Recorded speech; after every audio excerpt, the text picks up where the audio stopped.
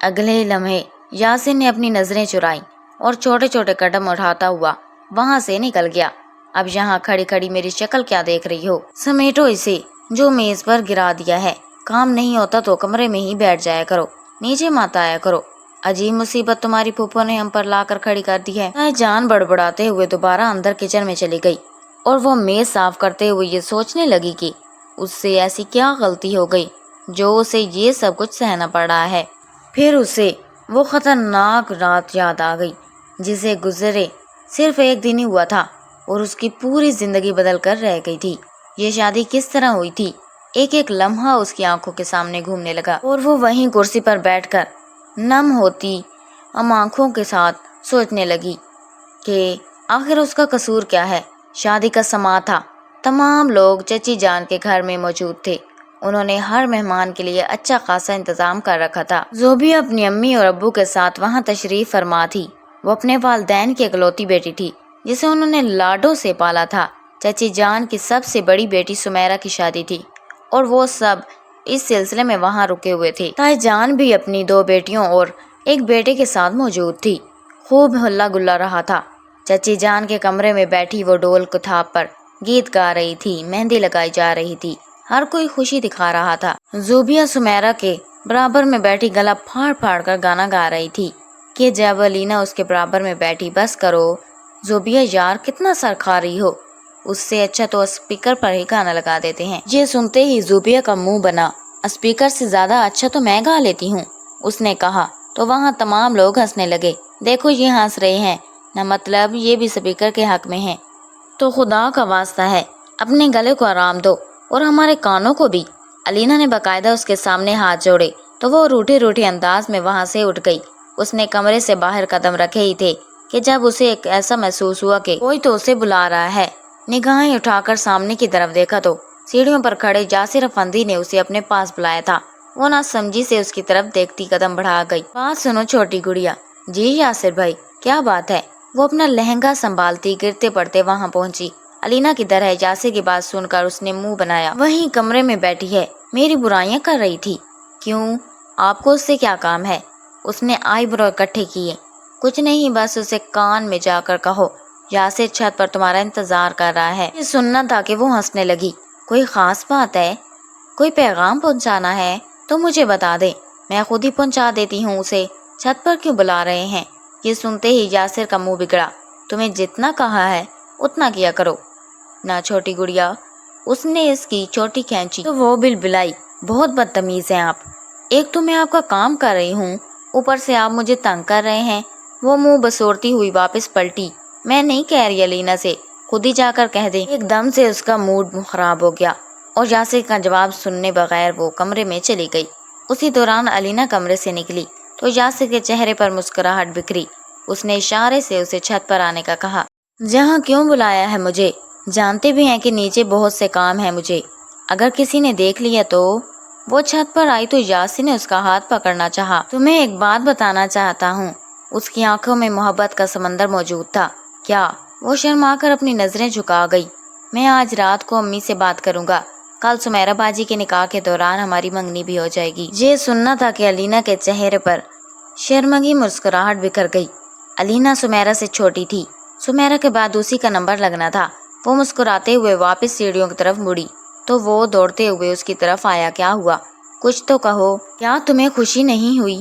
یاسر نے فکر مندی سے پوچھا۔ نہیں، میں بہت خوش ہوں، میری دیرینہ خواہش پوری ہو جائے گی، اس سے زیادہ بھلا مجھے اور کیا چاہیے تھا۔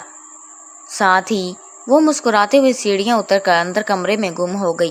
یاسر نے سینے پر بازو لپیٹ کر یہ حسین منظر اپنی آنکھوں کے راستے دل میں اتار لیا تھا۔ اب الینا اور یاسر افندی کو ایک ہونے سے کوئی نہیں روک سکتا تھا کہ تائی جان اور چچی جان کے درمیان کافی اچھی دوستی تھی اور تائی جان نے بھی دبے دبے لفظوں میں یاسر اور الینا کے حوالے سے بات کی تھی۔ وہ دونوں ایک دوسرے کو پسند کرتے تھے اور بات محبت تک جا پہنچی تھی، لیکن وہ یہ نہیں جانتے تھے کہ آیا ان کی محبت پایہ تکمیل تک پہنچے گی یا نہیں، یا پھر ادھوری ہی رہ جائے گی۔ زوبیہ تمہاری یہاں پر کوئی جگہ نہیں بنتی، تم پلیز کوئی اور کمرہ دیکھ لو۔ الینا، سفینہ اور صوفیہ اور حمیرہ کے ساتھ ساتھ امیرہ بھی وہاں پر موجود تھی کہ جب زوبیہ نے قدم رکھا تو علینا نے اسے صاف صاف منع کر دیا اور ہری جھنڈی دکھا دی۔ کیا مسئلہ ہے؟ اب میں کہاں سوؤں گی؟ تمام خواتین ایک کمرے میں سو گئی ہیں، آپ لوگوں نے میرے لیے جگہ چھوڑی نہیں ہے تو پھر میں کہاں جاؤں؟ وہ منہ بسوڑ کر کہنے لگی، ایک کام کرو، سیڑھیوں کے برابر میں جو کمرہ ہے نا وہ خالی ہوگا، لیکن ابھی وہاں اندھیرا ہے، دھیان سے جانا، وہاں کوئی بھی نہیں ہوگا، آرام سے سونا۔ علینا نے اسے فوراً سے کہا تو وہ برے برے منہ بناتے ہوئے وہاں سے نکل کر پہلی منزل پر آئی۔ اب یہ چھت کی سیڑھیاں میں اندھیرے میں کہاں ڈھونڈتی؟ چچی جان کا گھر مجھے کوئی زبان تھوڑی نہ یاد ہے۔ وہ بڑبڑانے لگی یہاں تک کہ اس نے اندازے سے کمرہ کھولا۔ کمرے میں نیم اندھیرا چھایا ہوا تھا اور وہ بے حد تھکی ہوئی تھی، اس لیے کچھ بھی سوچے سمجھے بغیر وہاں موجود پلنگ پر سو گئی تھی اور نیند کی گہری وادی میں گم ہو گئی تھی۔ اگلی صبح اس کی آنکھ ایک عجیب سی قسم کے شور سے کھلی تھی۔ دروازہ زور سے بجا تھا۔ اس نے انگڑائی لے کر مندی مندی آنکھوں سے اس کے پاس دیکھا تو یہ دیکھ کر اچھل پڑی کہ وہاں کمرے میں رکھے صوفے پر یاسر افندی بھی گہری نیند سے سو رہا تھا۔ اگلے ہی لمحے اس کے دل میں بے چینی سی چھا گئی، لیکن اس نے کچھ بھی سوچے سمجھے بغیر دروازہ کھول دیا۔ کیا ہو گیا ہے پھپھو؟ کیوں صبح ہی صبح اٹھا دیا؟ وہ آنکھیں موند کر باہر آئی، لیکن یہ دیکھ کر حیران رہ گئی کہ نہ صرف اس کی اپنی والدہ بلکہ چچی جان تائی جان بھی پھپھو کے ہمراہ موجود تھی۔ یاسر کہاں ہے؟ پھپھو نے کڑی نظروں سے زوبیہ کی طرف دیکھ کر کہا۔ یاسر بھائی یہاں کمرے کے اندر ہی ہیں، میں تو یہاں رات کو جب سونے آئی تو کوئی بھی نہیں تھا، وہ نہ سمجھی سے کہہ گئی۔ اس کی والدہ نے آگے بڑھ کر اس کا منہ بند کر دیا، لیکن بات اب آگے بڑھ چکی تھی۔ دیکھ رہی ہوں نسیمہ اپنی بیٹی کو بڑے مزے سے اپنی رات کی داستان سنا رہی ہے کہ کس کے ساتھ منہ کالا کیا ہے۔ یہ سننا تھا کہ زوبیہ پلٹ کر ان کی طرف دیکھنے لگی۔ کیا کہہ رہی ہیں پھپھو؟ وہ نامحسوس انداز میں اپنی امی کے پاس جا کر کھڑی ہو گئی۔ بھلا کوئی اس سے پوچھے کہ یاسر اور یہ دونوں ایک کمرے میں کیا کر رہے تھے؟ ان دونوں نے ایک ساتھ کمرے میں رات گزاری ہے، کچھ شرم ہوتی ہے، کچھ حیا ہوتی ہے۔ پھپھو کا واویلا سنتے ہی یاسر کی آنکھ بھی کھل چکی تھی۔ وہ ہڑبڑا کر باہر آیا۔ آپ لوگ یہاں کیوں جمع ہیں اور شور کیوں ہو رہا ہے؟ اسے کچھ علم نہ تھا کہ رات جب وہ تھکن سے چور کمرے میں سونے کے لیے آیا تھا تو نیم اندھیرا سا تھا۔ اسے لگا کہ اس کی کوئی کزن بیڈ پر سو رہا ہوگا، اس لیے وہ صوفے پر لیٹ گیا اور جلد نیند کی گہری وادی میں کھو گیا۔ پر اسے کیا پتا تھا کہ پلنگ پر موجود ودود کوئی کزن لڑکا نہیں بلکہ زوبیہ ہے۔ تم دونوں ہماری آنکھوں میں دھول جھونک رہے ہو، تم دونوں نے رات ایک کمرے میں گزاری ہے اور اب ایسے انجان بن رہے ہو جیسے کچھ ہوا ہی نہیں۔ پھپھو کی بات پر تائی جان نے شکوہ کناں نگاہوں سے یاسر کی طرف دیکھا۔ ایسا کچھ بھی نہیں ہے پھپھو جان، مجھے تو معلوم ہی نہیں تھا کہ کمرے میں زوبیہ موجود ہے۔ زوبیہ کی آنکھوں میں آنسو آ گئے اور وہ رو رہی تھی۔ اچھا زوبیہ کوئی چھوٹی بچی تو ہے نہیں، 17 سال کی ہو چکی ہے اور تم بھی بھرپور جوان مرد ہو، ایسا کیسے ہو سکتا ہے کہ تم دونوں اندر کمرے میں موجود ہو اور کچھ ہوا ہی نہ ہو؟ پھپھو نے ہر حد پار کر دی تھی۔ خدا کا واسطہ ہے رابعہ بیگم بات کو آگے نہ بڑھائیں، چچی جان نے معاملے کو سلجھانا۔ بات آگے بڑھ گئی ہے، یہ دونوں اس قدر شتر بے مہار ہو گئے ہیں، ابھی بھی تم سب آنکھیں بند کیے انہی کی طرف داری کر رہے ہو۔ پھپھو نے ہاتھ نچا نچا کر ان دونوں پر الزام عائد کر دیا تھا۔ تمام لڑکیاں وہاں کھڑی ہوئی تھی اور علینا کی آنکھوں میں بے پناہ شکوہ تھا، کی آنکھوں میں آنسو تیر رہے تھے۔ اس نے یاسر افندی کی طرف دیکھا تو وہ بھی بالکل شاک کی کیفیت میں تھا۔ پھپھو آپ سمجھنے کی کوشش کریں، آپ میری بات پر یقین کیوں نہیں کر رہی ہیں؟ میرا کردار صاف ہے اور زوبیہ کا بھی، ہم دونوں نے ایسا کچھ بھی نہیں کیا ہے۔ غلط فہمی تھی، بس نہ اسے پتا تھا کہ میں کمرے میں موجود ہوں اور نہ مجھے علم تھا، تو بس بات کو آگے بڑھانا ہی کیوں؟ یاسر نے انتہائی سمجھداری سے کام لیا۔ بس کر دو بیٹا، میں اچھی طرح سمجھتی ہوں آج کل کی نسل کو، اگر ایک دوسرے کو پسند کرتے ہو تو شادی کر لو، کم از کم ایسی گھٹیا اور نیچ حرکتیں تو نہ کرو۔ لڑکی پر داغ لگا چکے ہو، اب تمہیں اسے اپنانا ہوگا ورنہ پورے خاندان میں بات پھیل جائے گی اور کوئی اسے بیاہ کر لے نہیں جائے گا۔ نسیمہ میں تو کہتی ہوں کہ یاسر نے اس کی زندگی اگر خراب کی ہے تو تمہیں اپنی بیٹی کو اسی کے ساتھ روانہ کر دینا چاہیے۔ تائی جان نے یہ بات سنی تو اس کے پیروں تلے سے زمین کھسک گئی۔ میرے بیٹے نے ایسا کچھ بھی نہیں کیا ہے۔ زوبیہ میں عقل ہونی چاہیے، اتنی بھی بچی نہیں ہے کہ نسیمہ بیگم کی برداشت کی حد جواب دے گئی تھی۔ میری بچی پر داغ آپ کے بیٹے کی وجہ سے لگا ہے، وہ اس کمرے میں پہلے سے موجود تھی۔ آپ کے بیٹے کو سوچنا چاہیے تھا۔ وہ مسلسل رو رہی تھی۔ اب میری بیٹی سے کون شادی کرے گا؟ ساری عمر کا داغ اس پر لگ گیا ہے۔ زوبیہ کی ہچکیاں بند ہو گئی تھی اور یاسر مجرم بنا کٹ گہرے میں کھڑا تھا۔ بس کر دیں آپ سب لوگ، کیا چاہتے ہیں آخر آپ لوگ مجھ سے؟ یاسر پھٹ پڑا۔ یہی کہ تم زوبیہ سے شادی کر لو۔ حقیقت سب کے سامنے کھل گئی ہے۔ اگر شادی نہ کی تو تمہاری زندگی پہ تو کوئی اثر نہ پڑے گا، لیکن یہ بچی ساری زندگی کے لیے اپنے گھر پر بیٹھی رہ جائے گی۔ پھپھو جان نے اپنی طرف سے ایک بہترین مشورہ دینے کی کوشش کی، لیکن پھپھو میں زوبیہ کی پسند نہیں تھی۔ پھپھو میں زوبیہ کو پسند نہیں کرتا اور نہ میں اس سے شادی کرنا چاہتا ہوں۔ وہ چھوٹی ہے، کم عمر ہے، بھلا میرا اور اس کا کیا جوڑ؟ یاسر نے کہتے ہوئے علینا کی طرف دیکھا جو روتے ہوئے دفعہ میں سر ہلا کر اسے کچھ بھی غلط فیصلہ لینے سے روک رہی تھی۔ فیصلہ ہو گیا تو کیا ہو گیا؟ آپا بالکل ٹھیک کہہ رہی ہیں یاسر، تمہیں سوچنا چاہیے تھا۔ زوبیہ تو کم عمر اور ناداں ہے، لیکن تم تو سمجھدار ہو نا۔ بہرحال تمہیں اسی وقت کمرے سے باہر آ جانا چاہیے تھا جب تمہیں لگا کہ کمرے میں کوئی موجود ہے، پر اب اس کا یہی حل ہے کہ تم دونوں کا نکاح کروا دیا جائے۔ یہ سننا تھا کہ یاسر نے پھٹی پھٹی نگاہوں سے وہاں اپنے والد صاحب کی طرف دیکھا جو اپنے بیٹے کا ساتھ دینے کے بجائے زوبیہ کی طرفداری کر رہے تھے۔ میری بھی بیٹیاں ہیں، نہیں چاہتا کہ میرے اپنے سپوت کی وجہ سے کسی کی بیٹی کو ساری عمر اپنے گھر کی دہلیز پر گزارنا پڑے۔ اب بات آگے بڑھ گئی ہے یاسر، اس کے علاوہ آپ کے پاس چارہ نہیں ہے۔ یاسر کو پھپھو پر بے پناہ غصہ آیا۔ پھر اس نے زوبیہ کی طرف دیکھا جو رو رو کر اپنی آنکھیں سرخ کر چکی تھی۔ تمام لوگ آہستہ آہستہ کر کے وہاں سے جانے لگے کہ اب فیصلہ ہو چکا تھا۔ یاسر اور زوبیہ کا نکاح بھی سمیرہ کے ساتھ ہی رکھ دیا گیا تھا۔ پھپھو کی عادت تھی کہ وہ بات پورے خاندان میں پھیلا دیتی۔ اسی بات کی تناظر میں یہ فیصلہ کیا گیا۔ ویسے بھی شادی کے وقت وہاں خاندان کے علاوہ بھی مہمان موجود تھے اور ان سب نے بھی یہ تماشا دیکھا تھا۔ تم کیا کرنے جا رہے ہو؟ ہوش میں تو ہو؟ مہمانوں کے چٹے ہی علینا نے آگے بڑھ کر یاسر کا گریبان پکڑا۔ میں مجبور ہوں، بے بس ہوں، سب کچھ تمہارے سامنے تو ہے۔ اس سے اپنا کالر چھڑانے لگا۔ تم منع کر دو بات، اگر خاندان سے کوئی باہر نہیں نکالے گا تو زوبیہ کی بھی شادی نہیں ہو جائے۔ ویسے بھی وہ ابھی بچی ہے۔ وہ روتے ہوئے اسے منانے لگی۔ میں ایک مجرم ٹھہرا دیا گیا ہوں اور اب اگر میں اس نکاح سے انکار کروں گا تو سب میرے کردار پر انگلی اٹھائیں گے، جو میں ہرگز برداشت نہیں کر سکتا۔ علینا، اس کے دل میں طوفان اٹھا تھا، لیکن وہ اپنا یہ طوفان دباتا علینا کو صورتحال سمجھانے لگا۔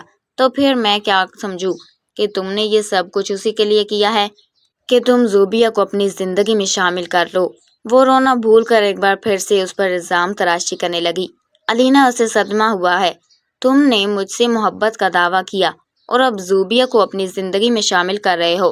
یہ منافقت نہیں تو اور کیا ہے؟ آج کے بعد میں نے اپنے دل سے موجود تم سے جڑا ہر تعلق توڑ دیا ہے۔ کبھی پلٹ کر بھی تمہاری طرف نہیں دیکھوں گی کہ تم جیسے بے وفا شخص کی میری زندگی میں کوئی جگہ نہیں ہے۔ اب تو مجھے پھپھو کی باتوں پر یقین آنے لگا ہے کہ تمہاری ہی نیت میں کھوٹ ہے۔ رینا نے اپنے ہاتھ میں موجود انگوٹھی کا تحفہ جو اسے یاسر نے دیا تھا نکال کر اس کے منہ پر مار دیا اور روتے ہوئے منہ پر ہاتھ رکھ کر وہاں سے پلٹ گئی۔ یاسر صدمے کی کیفیت میں ہی وہیں بیٹھ گیا اور اپنی کان پٹی مسلنے لگا۔ زندگی نے یہ کیسے امتحان میں ڈال دیا ہے؟ اس نے کبھی زندگی میں یہ نہ سوچا تھا کہ اس کی شادی کو 2 ہفتے ہونے والے تھے اور وہ لوگ اجنبیوں کی طرح رہ رہے تھے۔ کیا ہوا ہے؟ تمہارے چہرے پر 12 کیوں بجے ہیں؟ یاسر جیسا ہینڈسم اور بہترین شخص کا مالک شوہر ملنے کے باوجود بھی تمہارے چہرے پر یہ اداسی کیوں؟ زوبیہ کے خالہ کی بیٹی شاہینہ وہاں موجود تھی اور اپنی خالہ سے ملنے آئی تھی کہ جب اس نے زوبیہ کو وہاں آ کر اپنی ماں سے گلے مل کر روتے دیکھا تو اسے کمرے میں لے جا کر پوچھنے لگی، یاسر ہر وقت خاموش رہتے ہیں، میرا قصور کیا ہے؟ مجھے وہاں اسی گھر میں رہنا ہے، لیکن اگر یہ لوگ اسی طرح مجھ سے رویہ رکھتے ہیں تو میں وہاں کیسے رہ پاؤں گی؟ چند ہی ہفتوں میں نہ جانے کیوں 17 سالہ زوبیہ کو احساس ہوا جیسے اس نے اپنی زندگی کی کئی منزلیں ایک ساتھ طے کر لی ہوں۔ پاگل ہو تم؟ جو ہوا سو ہوا، لیکن اب اپنے شوہر کو اپنی اداؤں کے ذریعے زیر کرنے کی کوشش کرو۔ زوبیہ ہونک بنی اسے دیکھتی رہ گئی۔ دیکھ کیا رہی ہو؟ یہاں آؤ، میں تمہیں بتاتی ہوں کہ اب تمہیں کیا کرنا ہے۔ آج شام کو گھر جا کر تمہیں اس نے آگے بڑھ کر اس کے کان میں سرگوشی کی اور اسے سب سمجھانے لگی۔ اگر میں ایسا کروں گی تو یاسر مجھ سے ناراض تو نہیں رہیں گے، خوش ہو جائیں گے۔ اس کی بات سن کر شاہینہ ہنسنے لگی۔ اگر میری بات پر عمل کرو گی تو گارنٹی دیتی ہوں خوش نہیں، بہت خوش ہو جائے گا اور تمہاری بیوی کا درجہ بھی تمہیں دے دے گا۔ شوہر بس بیوی کو کچھ اداؤں کی مار ہے، اب ویسا ہی کرنا جیسا میں تمہیں کہا ہے۔ شاہینہ نے آگے بڑھ کر اسے تسلی دی۔ زوبیہ نے گہرا سانس خارج کیا۔ میں ویسا ہی کروں گی اور یاسر کا دل جیت لوں گی۔ وہ اپنے دل میں ایک عزم لے کر اپنے سسرال روانہ ہو گئی۔ وہ وہاں اکیلا چائے کے ہوٹل پر بیٹھ کر چائے پی رہا تھا کہ جب اسے کسی نے پکارا۔ یاسر نے پیچھے مڑ کر دیکھا تو سامنے اس کا دوست ولی خان کھڑا تھا۔ کیا حال ہے دوست؟ سنا ہے تم نے شادی کر لی ہے اور بلایا بھی نہیں۔ یاسر پھیکی ہنسی ہنسنے لگا۔ کیا ہوا، خوش نہیں ہو کیا؟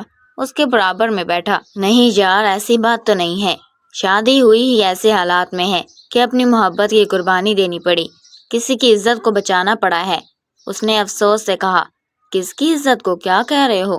کیسی قربانی، کھل کر کہو۔ ولی خان حیران ہوا اور آہستہ آہستہ کر کے اسے سارے قصے کے بارے میں بتا کر چپ ہوا۔ تو کیا ہوا؟ اب وہ تمہاری بیوی ہے، تمہیں اسے بیوی کے روپ میں قبول کر لینا چاہیے۔ ولی خان نے اسے مشورہ دیا۔ بہت کم عمر ہے یار، میں اسے ویسی نظر سے نہیں دیکھتا۔ ولی ہنسنے لگا۔ بیوی ہے تمہاری، اب تمہیں ایسی ویسی نظر سے ہی دیکھنا ہوگا، تبھی تمہارے دل میں گھر کرے گی نا۔ اپنے دل میں گنجائش پیدا کرو تو گنجائش نکلے گی۔ یہی سوچتے رہو گے کہ کم عمر ہے، ناداں ہے، تو پھر زندگی میں سکون کی تلاش میں نکل پڑو گے، جبکہ سکون تمہارے اپنے گھر میں تمہاری بغل میں موجود ہے۔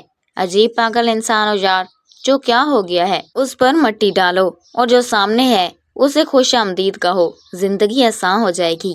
ولی نے پریشان ہوتے یاسر کے کندھے پر ہاتھ رکھتے ہوئے کہا تو وہ چند لمحے اسے دیکھتا ہی رہ گیا۔ اب یوں دیکھ کیا رہے ہو؟ آزمائش شرط ہے، لیکن علینا اسے اپنے دل سے کیسے نکالوں؟ اس کی آنکھوں میں نمی دکھائی دی۔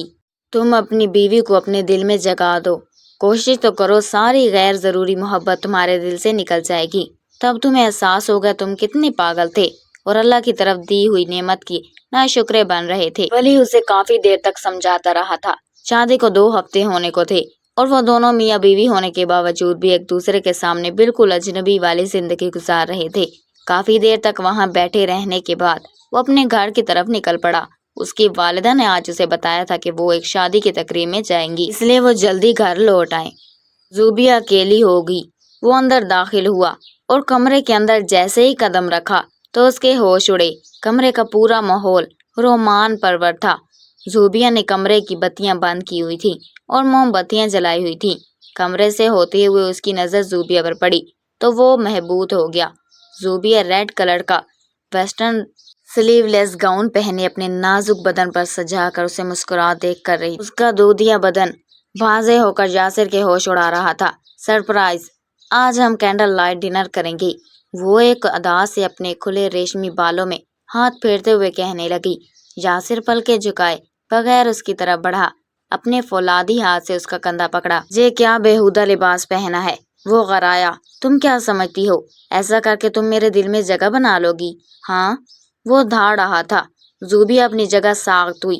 اس کی کزن کا بتایا ہوا گھر بیکار گیا تھا۔ وہ اس کا دیوانہ بننے کی بجائے اس پر چیخ رہا تھا۔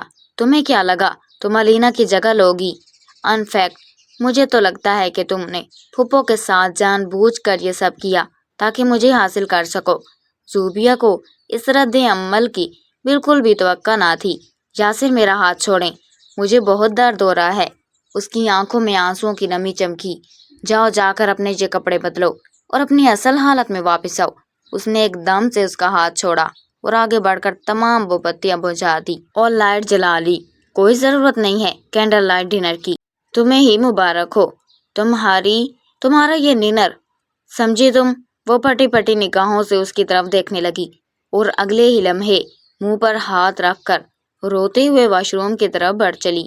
تھوڑی دیر بعد وہ باہر نکلی تو وہ کہیں بھی نہیں تھا، البتہ کمرے کی تمام سجاوٹ بگڑ چکی تھی اور اس کا منہ چڑھا رہی تھی۔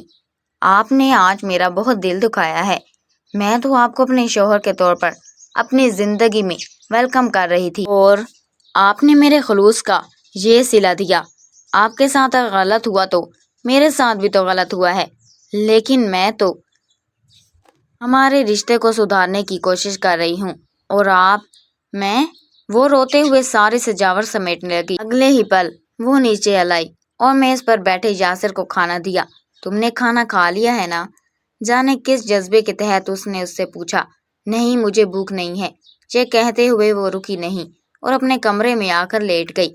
اس نے بیڈ چھوڑ دیا تھا اور صوفے پر سونے کی کوشش کرنے لگی، پر نیند اس کی آنکھوں سے جیسے روٹھ گئی تھی۔ آنسو گر گر کر اس کے تکیے میں جذب ہو گئے تھے۔ روتے روتے کب اس کی آنکھ بند ہوئی اسے پتہ نہ چلا۔ یاسر کھانا کھا کر کمرے میں آیا تو کمرے میں نیم اندھیرا چھایا ہوا تھا۔ زوبیہ اسے صوفے پر جیسے تیسے کر کے سمیٹی ہوئی نظر آئی۔ ایک لمحے کے لیے اس کا دل دکھ سے بھر گیا۔ یہ میں نے کیا کر دیا؟ اس کے چہرے پر آنسوؤں کے میٹھے میٹھے نشانات نیم اندھیرے میں بھی واضح ہو رہے تھے۔ وہ اگلے پل اس کی طرف آیا اور جیسے اس کے ماتھے کو چھوا تو کرنٹ کھا کر پیچھے ہوا۔ وہ بخار سے تپ رہی تھی۔ زوبیہ اٹھو، تمہیں سخت بخار ہے۔ وہ اسے اٹھا رہا تھا لیکن وہ شاید نیم غنودگی کی کیفیت میں تھی۔ اس کے ہاتھ پاؤں پھولنے لگے۔ یہ میں نے کیا کر دیا؟ میں نے اپنے لفظوں سے اسے زخمی کر دیا۔ وہ فوراً سے نیچے آیا، ایک پیالے میں پانی بھرا اور اس میں پٹیاں ڈال کر اس کے سر پر پٹیاں رکھنے لگا۔ تم ٹھیک ہو جاؤ گی، تمہیں کچھ نہیں ہوگا۔ ایک دم سے دل جیسے بے چین ہو گیا تھا۔ معصوم چہرے اور موہنی سی شکل صورت والی اس کی بیوی آج بری طرح دکھی ہو گئی تھی اور اسی دکھ نے اس پر اس قدر گہرا اثر کیا کہ وہ بخار میں مبتلا ہو گئی۔ نیند میں کسی کا لمس پا کر وہ بلبلا اٹھی، چھوڑ دیں مجھے، چھوڑ دیں، میں نے کچھ نہیں کیا ہے، میری کوئی غلطی نہیں ہے، میں نے پھپھو کے ساتھ مل کر کچھ بھی نہیں کیا، میں تو بس آپ کو خوش کرنا چاہ رہی تھی، مجھے شائنہ باجی نے بتایا تھا۔ یہ سب کچھ یہ سنتے ہی یاسر کا ماتھا ٹھنکا اور وہ افسوس سے اسے دیکھنے لگا۔ واقعی میں اس 17 سال کی کم عمر اور ناداں سی بیوی کا کوئی قصور نہیں تھا۔ ریلیکس، قصور میرا ہے، مجھے تم سے اس طرح پیش نہیں آنا چاہیے تھا۔ تم بیوی ہو، تم یہ سب کچھ کر سکتی ہو، لیکن میں اپنے دل کا کیا کرتا؟ وہ اس سے بات کرنے لگا لیکن وہ ایک بار پھر سے غنودگی کی کیفیت میں جا چکی تھی۔ وہ ساری رات اسے بخار کی وجہ سے پٹیاں کرتا رہا اور اسی کے برابر میں کب سو گیا اسے پتہ نہ چلا۔ صبح جب زوبیہ کی آنکھ کھلی تو یاسر اس کے بالکل پاس اس کا سر اپنی گود میں رکھے پلنگ سے ٹیک لگائے بیٹھا ہوا تھا۔ اسے چند لمحے لگے تھے یہ سب کچھ سمجھنے میں اور وہ سیدھی ہو بیٹھی۔ آہٹ پر یاسر کی آنکھ کھلی تو وہ بھی آنکھیں مسلنے لگا۔ کیسی ہو تم؟ طبیعت ٹھیک ہے؟ زوبیہ حیران ہوئی۔ کل رات کو تو اس نے اس پر بہت غصہ کیا تھا اور اب یہ نرم سا لہجہ، میں ٹھیک ہوں، مجھے کیا ہوا ہے؟ وہ اپنے اندر کمزوری سی محسوس کر رہی تھی۔ تمہیں بخار ہو گیا تھا، ساری رات تیز بخار تھا، موسم بھی ٹھیک نہیں، ڈاکٹر کو بھی نہ بلا سکا۔ اگر تمہاری طبیعت ٹھیک نہیں ہے تو ہم ابھی ڈاکٹر کے پاس دکھا کر آتے ہیں۔ اگلے ہی لمحے اس نے زوبیہ کا ہاتھ تھاما تو وہ نگاہیں اٹھا کر اس کو دیکھنے لگی اور آہستگی سے اس کی گرفت سے اپنا ہاتھ چھڑا لیا۔ نہیں، ڈاکٹر کی کوئی ضرورت نہیں ہے۔ اس کا لہجہ روٹھا روٹھا سا تھا۔ تم مجھ سے ناراض ہو؟ وہ اس کا چہرہ اپنی طرف کیے پوچھنے لگا۔ زوبیہ کی نگاہیں ابھی تک جھکی ہوئی تھی۔ بتاؤ نہ، چپ کیوں ہو؟ میں تم سے کچھ پوچھ رہا ہوں۔ زوبیہ کی آنکھیں آنسو سے بھرنے لگی۔ آپ نے مجھ پر الزام لگایا، مجھے بہت دکھ ہوا ہے، میں کم عمر ہوں، ناداں ہوں، نہ سمجھ ہوں، لیکن یہ الزام میں نہیں سہ سکتی۔ وہ اپنا چہرہ ہاتھوں میں چھپا کر رونے لگی تو یاسر اسے دیکھ کر رہ گیا۔ اس لمحے وہ اسے بالکل معصوم چھوٹی سی بچی کی طرح لگی تھی جو زاروں قطار رو رہی تھی۔ اچھا نا، اب رونا بند کرو نا، جانے تم روتی ہو تو مجھے ایسا نہیں لگتا، کل رات کو بس مجھے غصہ آ گیا، مجھے علینا یاد آ گئی تھی۔ اس نے سر جھکا کر اعتراف کیا تو زوبیہ اسے دیکھنے لگی۔ میرا کیا قصور تھا؟